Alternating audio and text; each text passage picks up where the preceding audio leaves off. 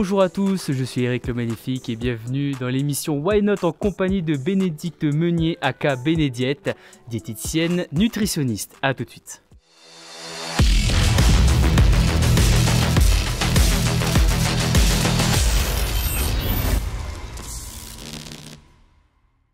Bonjour Bénédicte, alors comment ça va? Bonjour Eric, ça va et toi? Pas trop stressé, tout va bien, t'es à l'aise? Un peu stressé mais ça va, je gère.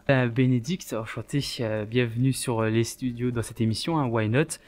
Et donc aujourd'hui tu vas nous parler de ton métier diététicienne nutritionniste, mais avant, j'aimerais que tu te présentes pour nos auditeurs. Qui es-tu? Donc oui, je suis Bénédicte Meunier, donc Bénédiette pour les internautes qui me connaissent. Donc en gros, je suis diététicienne depuis plus de 15 ans maintenant. Je suis calédonienne et à mon compte depuis 5-6 bonnes années. Et avant ça, j'ai quand même passé 10 ans en métropole où je me suis formée. J'ai passé plusieurs diplômes. D'abord le diplôme de diététicienne, bien sûr. Après, je me suis formée en nutrition du sport, donc spécialisée en nutrition du sport. Comme j'avais envie d'approfondir encore, j'ai passé un master de recherche en physiologie nutritionnelle et un master 2 de santé publique en éducation et promotion pour la santé. Voilà, j'ai fait tout ça pourquoi? Parce que j'avais envie de rentrer au pays ensuite et que j'avais envie de partir avec le plus gros bagage possible pour pouvoir travailler efficacement ici. Avant d'être à mon compte, j'ai travaillé pas mal en restauration collective, aussi à l'hôpital. J'ai été professeur aussi pour des BTS diététiques. En rentrant en Calédonie, j'ai travaillé pour le CTOS en tant que chargée de projet sport santé. J'ai aussi, c'est vrai, en France, travaillé en tant que chargée de projet aussi, pas en sport santé, mais en santé publique, voilà, pour développer des projets pour aider les gens à améliorer leur santé dans différents secteurs, que ce soit régional, départemental, local. Bénédicte, avant de commencer un peu plus dans ta passion et savoir comment t'es devenu, comment t'es venue cette passion du sport et de l'alimentation, j'aimerais déjà savoir quelle différence entre diététicienne et nutritionniste, parce que c'est comme ça qu'on te présente, diététicienne nutritionniste. Pourquoi les deux termes? Alors pourquoi les deux termes? Parce qu'en fait déjà on peut pas trop être diététicienne sans connaître la nutrition, le domaine de la nutrition. La diététique, c'est quoi? S'alimenter en ayant un objectif. Pas s'alimenter juste pour le plaisir, mais pour répondre à des besoins spécifiques. Si je suis une femme enceinte, je vais pas manger pareil que si je suis un sportif de haut niveau, que si je suis une personne âgée, un enfant, etc. Parce que des besoins différents. Parce que des besoins nutritionnels différents. Donc la diététique, c'est ça, c'est vraiment apprendre les besoins nutritionnels par rapport au profil de personnes et puis par rapport aussi aux pathologies. Parce qu'en études de diététicienne, on apprend aussi à travailler sur les pathologies liées directement ou indirectement à une alimentation inadaptée. Et puis nutritionniste parce que je suis spécialisée en nutrition du sport et que de toute façon dans mes études de diététicienne, on apprend aussi la nutrition. Alors qu'est-ce que c'est la nutrition? C'est la science des nutriments. C'est que quand je vais manger un aliment ou un autre, je vais aller chercher justement une source par exemple de magnésium, de protéines, de vitamine C, etc.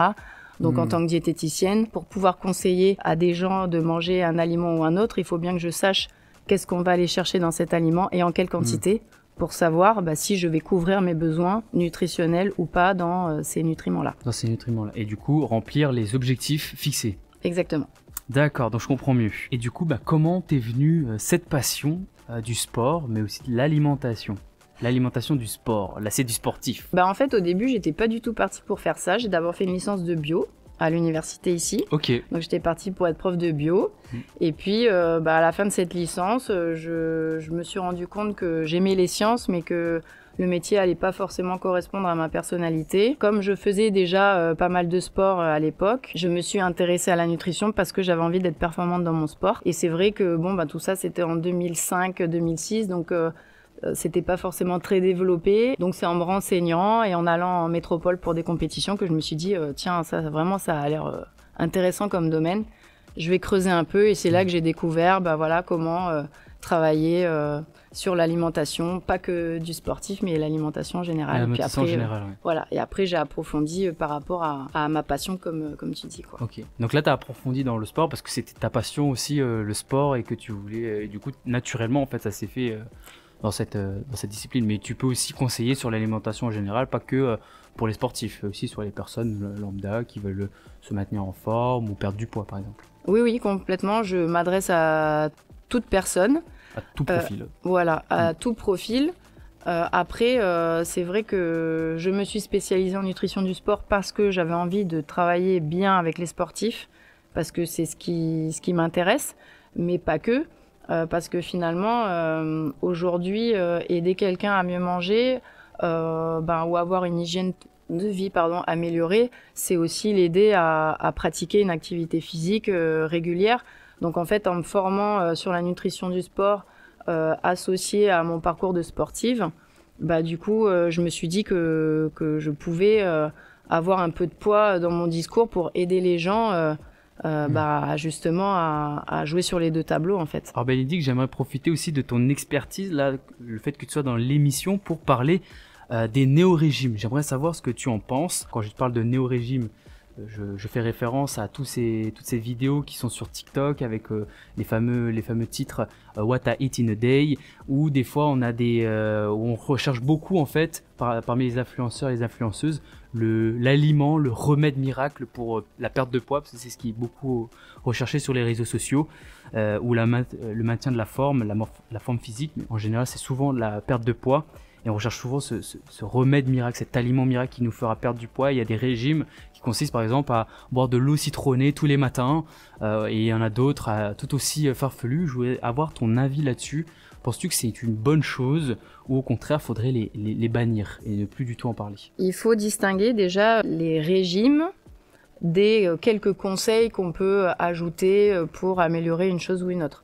Donc si on parle vraiment des régimes qui existent aujourd'hui, c'est vrai qu'il y en a de plus en plus. Pourquoi ? Parce que l'alimentation, la nutrition, c'est un sujet qui est de plus en plus d'actualité, parce qu'on se rend compte depuis plusieurs années que l'apparition de certaines pathologies est liée directement à une mauvaise alimentation, à une mauvaise hygiène de vie.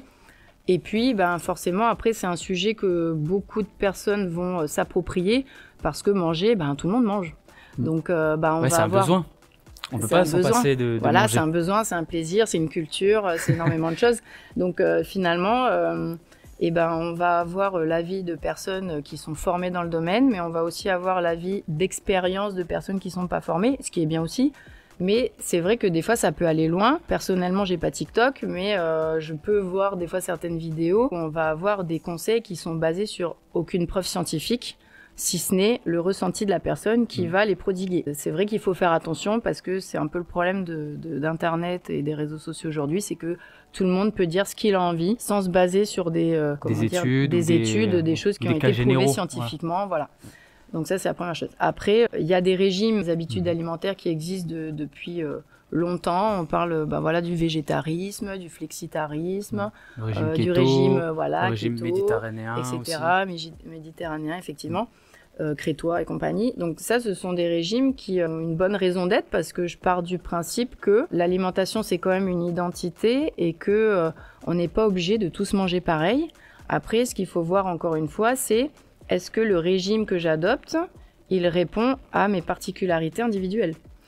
Si je fais beaucoup de sport, et par exemple un sport de force, et que je décide d'être végétarien, est-ce que vraiment c'est très approprié ? Ou au contraire, si j'ai beaucoup de problématiques pro-inflammatoires, est-ce que sur une petite période, je peux pas faire quelques jours avec des assiettes végétariennes ?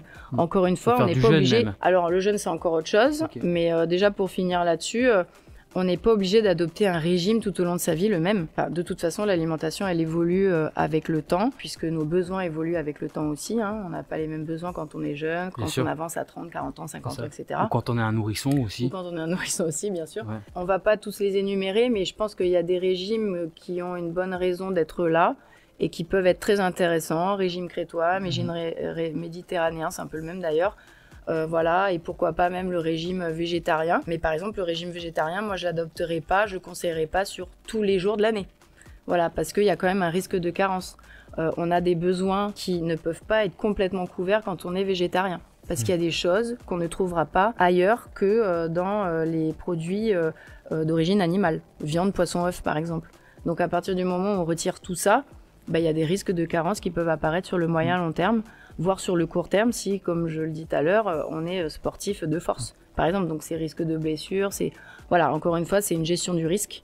Et puis par rapport à ce qu'on sait du fonctionnement humain, il y a des régimes qu'on ne peut pas adopter sur le long terme, mais pourquoi pas sur le court terme par rapport à un besoin là, à un moment précis. Tu parles de carence, Oui. mais c'est vrai qu'il existe donc des compléments alimentaires. Tu suggères qu'il ne faudrait pas le faire sur le long terme parce que tu n'es pas pour la prise de ces compléments qui pourraient justement pallier à ces carences. Alors si, bien sûr, mais Quand comme ça existe, comme leur par nom exemple, les cures de l'indique, fer, les cures de vitamines. complètement. Et comme leur nom l'indique, ce sont des compléments alimentaires. Ça veut dire que ils sont là pour aider quelqu'un qui, avec une alimentation équilibrée par rapport à ses besoins, n'arrive pas à combler ses besoins. Okay. Je pense par exemple à une femme qui peut être anémiée, ça veut dire qu'elle est en carence de fer, mais elle va manger correctement, mais elle va avoir par exemple des règles très abondantes chaque mois. Je donne que cet exemple-là, mais il y en a d'autres sur la vitamine C. Je pense à un sportif parce qu'il y a beaucoup de stress oxydatif avec le sport. Il aura beau manger des fruits et légumes crus, à un moment donné,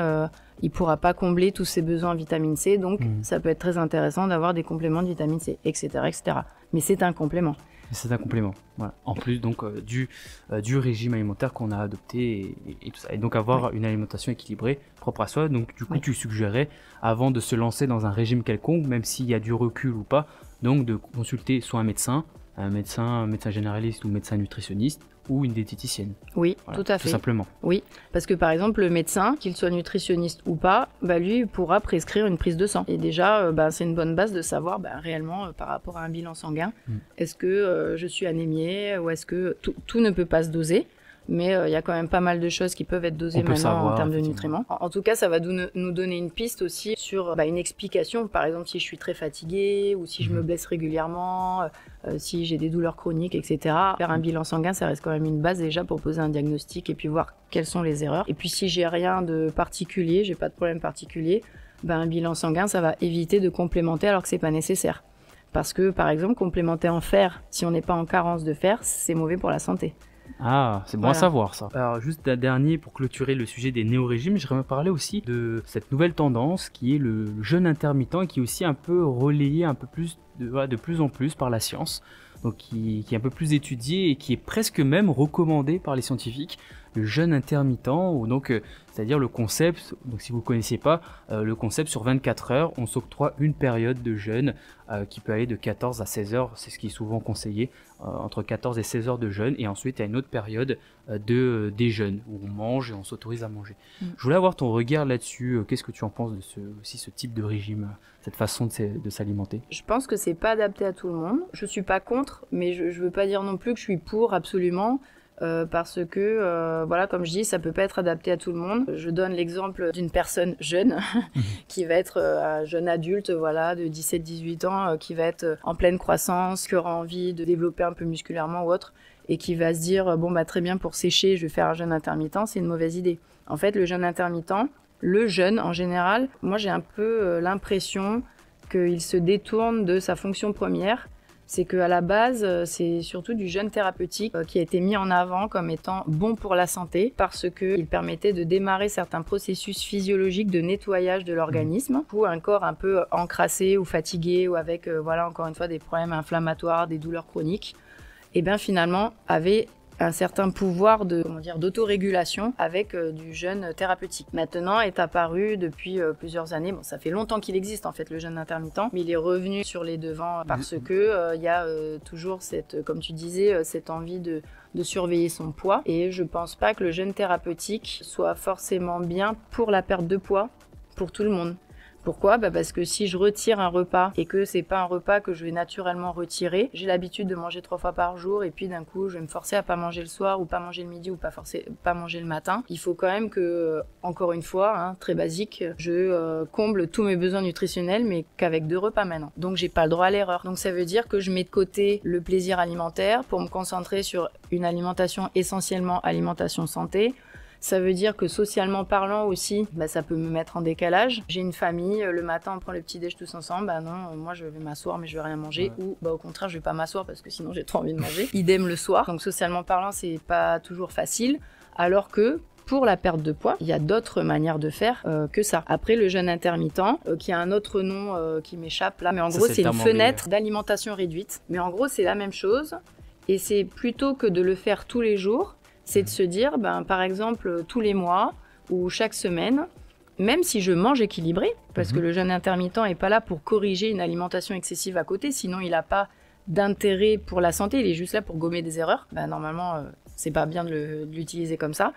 Mais si on l'utilise correctement, c'est-à-dire qu'on mange bien, et puis une fois par semaine ou une fois tous les mois, ben, pendant 24 heures, je ne mange pas. Là, je mets en place en fait ce fameux process physiologique qu'on peut retrouver sur le jeûne thérapeutique. À moins grande échelle, bien sûr, puisque c'est réduit. Mais en tout cas, je mets mon tube digestif complètement au repos, etc. Et en fait, c'est ça le bienfait numéro 1 du jeûne. Pour moi, c'est pas la perte de poids. Après, ce qui fait qu'on perd du poids, bah, c'est bien sûr que, là, c'est mathématique. Si j'ai 3 repas au début et puis que maintenant j'en ai plus que 2, bah forcément que j'ai réduit. Il y a moins d'entrées. J'ai réduit mon apport énergétique. Mais je peux réduire mon apport énergétique d'une autre manière sans être obligé de couper complètement un repas. Et d'ailleurs, c'est Voilà. la petite aparté, donc comme quoi les réseaux ne sont pas toujours néfastes. Et il y a des petites vidéos que j'avais vues. Par exemple, ils mettaient une table, ils coupaient en deux. Et en fait, ils mettaient d'un côté donc les petits plats qu'on prend pour grignoter, enfin des barres chocolatées, des gâteaux. Et ils mettaient le total calorique. Et Ouais. ils mettaient l'équivalent en légumes, en fruits ou en viande. Et en fait, ce qu'ils montraient, ce que ça mettait en avant, c'était la quantité. D'un côté, pour le même taux de calories, vous avez une grosse quantité de fruits, puis ça faisait des belles assiettes. Alors que de l'autre côté, vous avez juste un petit bol avec des chips, des petits bonbons et tout ça. Et c'est le même total calorique. Oui. Et on disait, et c'était pour montrer que, tu vois, là, tu manges ça, t'as encore faim. Et de l'autre côté, si tu mangeais ça, non seulement tu culpabiliserais moins, et en plus, tu finirais pas tout. Oui. Voilà. Ah oui, il y a des bonnes Et, choses sur les réseaux et c'est très imagé, c'est très C'est ça. pratico-pratique, donc je suis d'accord qu'il y a plein de trucs qui sont bien. Et puis après, encore une fois, ce n'est que mon avis sur le jeûne intermittent. C'est ça. Voilà. Donc là, c'était pour montrer, donc renseignez-vous bien, contactez toujours votre médecin traitant ou un médecin nutritionniste, ou encore, bien sûr, une diététicienne. Vous pouvez contacter Bénédiète, on donnera les infos en fin de vidéo. Ou vérifier les sources Pour vérifier les sources, d'informations surtout, de ouais. ce que vous regardez sur Internet. Toujours, voilà, ne prenez pas pour argent comptant ce qu'on vous dit, ce que vous voyez sur les réseaux. Avant de finir, on va aussi parler de toi maintenant. Concrètement, quand une personne veut donc maintenir son poids, réduire son poids ou prendre de la masse ou tout simplement avoir un régime plus adapté à son besoin et connaître ses besoins, comment ça se passe? Voilà, déjà pour la prise de rendez-vous, il y a plusieurs manières. Contact téléphonique, Messenger, je travaille beaucoup avec Messenger. Il y a aussi un site internet sur lequel je suis référencée pour la prise de rendez-vous. Et puis en fait, le premier rendez-vous, c'est ce qu'on appelle la consultation bilan, fonctionne toutes de la même manière. Cette consultation, elle dure 1h30 et c'est lors de ce premier rendez-vous que je vais recueillir un maximum d'informations sur la personne pour pouvoir la conseiller en personnalisant bien sûr ce que je vais, mes conseils tout simplement. Je vais aborder autre chose que l'alimentation parce que justement à travers ce profil de chargé de santé publique que j'ai eu, j'aime travailler sur tout le reste. Donc j'ai posé beaucoup de questions sur plein de facteurs d'hygiène de vie, etc. Et puis en fait je vais faire de l'éducation nutritionnelle, c'est-à-dire que on va étudier vraiment des contextes de prise alimentaire pour donner à la personne une autonomie et qu'elle sache comment appliquer la théorie, alors déjà se l'approprier et appliquer la théorie de l'alimentation équilibrée en fonction des contextes alimentaires. Voilà, donc ça peut être à travers le discours, des ateliers, des exercices à faire, que je peux donner à faire à la maison aussi. Enfin bref, je vois en fonction de la personne que j'ai en face de moi ce que je peux lui proposer. Et puis généralement, c'est une consultation par mois. Je fais aussi du coaching à distance, c'est que entre les séances, je suis la personne H24. Donc ça me permet de savoir où elle en est, ça me permet aussi de ne pas lâcher avec elle le contact. Donc si elle a besoin de moi, elle m'écrit. Je suis disponible un peu tout le temps. Donc ça me prend beaucoup de temps, mais j'ai l'impression d'être efficace comme ça et c'est comme ça que j'aime bien travailler. Voilà, plutôt que de voir la personne 1 heure tous les mois. Je la vois un petit peu tout le temps. Et en Nouvelle-Calédonie, donc 38% des adultes sont obèses. Ce sont les données du baromètre santé 2021-2022 réalisé par l'Agence sanitaire et sociale de Nouvelle-Calédonie. À quoi cela est dû, Bénédicte, d'après toi? Et quel est ou quels sont le ou les plus grands fléaux de Calédonie? Déjà, c'est multifactoriel. Je pense que c'est un mélange de offre alimentaire qui est pas forcément adaptée. C'est vrai qu'on est peu producteur, donc on a beaucoup d'imports et forcément, après là, c'est un peu historique aussi. On a beaucoup de produits d'Australie, des États-Unis, enfin bref. Voilà, avec les marchés internationaux, en fait, on a fait venir des produits qui n'étaient pas forcément sains. Il y a aussi le côté éducation nutritionnelle. Je reviens un peu sur ce que j'ai dit avant, c'est qu'on peut avoir une offre alimentaire avec confortable. satisfaisante. Oui, convenable, ou en tout cas avec des produits convenables et des produits qui le sont moins. Mais si la personne, c'est un consommateur éclairé qui sait que, ben voilà, un peu ce que tu disais tout à l'heure, il y a une table coupée en deux, ben c'est vrai que quand je mange une barre de chocolat, en termes d'apport calorique, c'est plus élevé que une petite assiette de crudité un peu bien construite. Bon, ben voilà, il y a aussi des connaissances en fait sur les aliments qui pourraient protéger le consommateur quand il va faire ses achats. Comme je dis, c'est multifactoriel. Après, ça l'est aussi parce que l'alimentation c'est une chose, mais il y a aussi l'activité physique et que être sédentaire c'est pas bon pour l'être humain, tout simplement. Si on tend vers ça, même si on a une très bonne alimentation, il y a quand même des risques de développer des pathologies.